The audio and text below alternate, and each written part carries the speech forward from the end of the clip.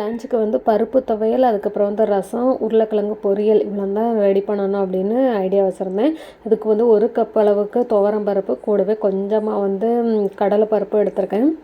அதுக்கு 4 முழு வத்தல், கொஞ்சம் கருவேப்பிலை, 4 பல் பூண்டு, புளி, ஜீரகம் இவ்வளோ எடுத்திருக்கேன். ஃபஸ்ட்டு கடலை பருப்பையும் போட்டு நல்லா வறுத்து செவக்க எடுத்துக்கிடணும். அதுக்கு பிறகு வத்தல் கொஞ்சமாக எண்ணெய் சேர்த்துருக்கேன். அப்புறம் பூண்டும் அதே மாதிரி நல்லா செவந்து வர மாதிரி வறுத்துக்கிடணும். கூடவே கருவேப்பிலை, புளி, ஜீரகம், அப்புறம் தேங்காய் இவ்வளோ சேர்த்து நல்லா வறுத்து எடுத்துக்கிடணும். தேங்காய் கொஞ்சம் இந்த வறுக்கும் போது அந்த வாசனை வரும்ல, அந்த மாதிரி வறுத்து வச்சுக்கிடணும். ஃபஸ்ட்டு வந்து பருப்பை வந்து மிக்ஸி ஜாரில் போட்டு நல்லா அடித்து எடுத்துடுங்க. அது கூடவே கொஞ்சமாக காயும் சேர்த்துருக்கேன். இதை பவுடர் பண்ணி எடுத்துடுங்க. அதுக்கப்புறம் வந்து உப்பு, அப்புறம் தேங்காய்லாம் மசாலா வறுத்து வச்சுருக்கதையும் சேர்த்து நல்லா தண்ணி சேர்த்து அடித்து எடுத்துட்டிங்கன்னா போதும். பருப்பு துவையல் ரெடி ஆயிரும். நல்ல டேஸ்ட்டாக செமையாக இருக்கும் இது.